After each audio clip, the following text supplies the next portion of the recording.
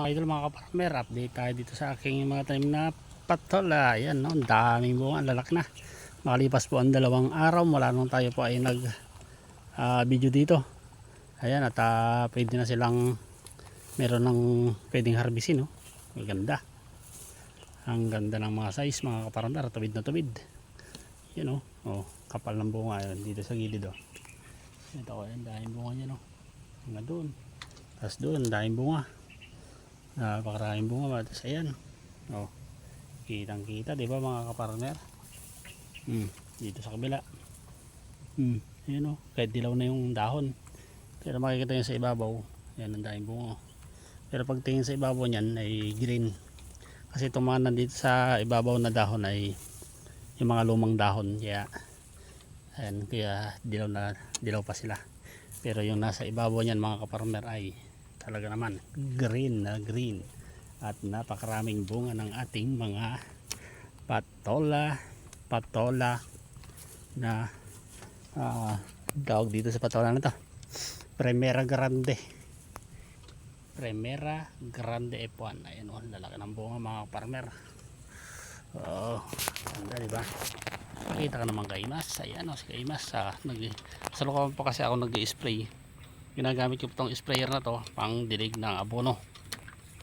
Bali, naglagay po tayo ng abono, triple 14 complete, tsaka 0060.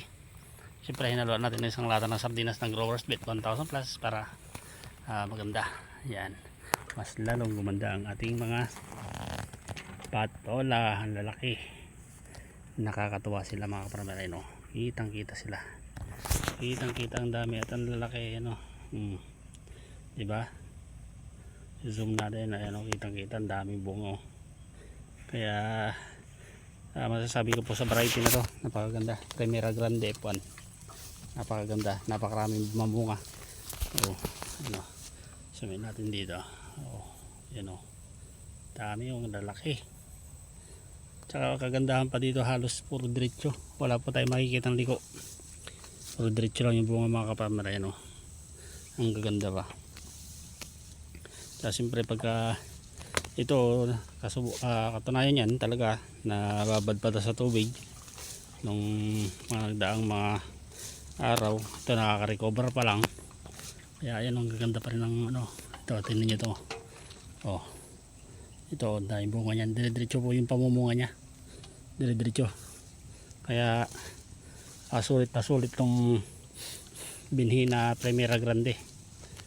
So ayun, maraming salamat na naman pong muli.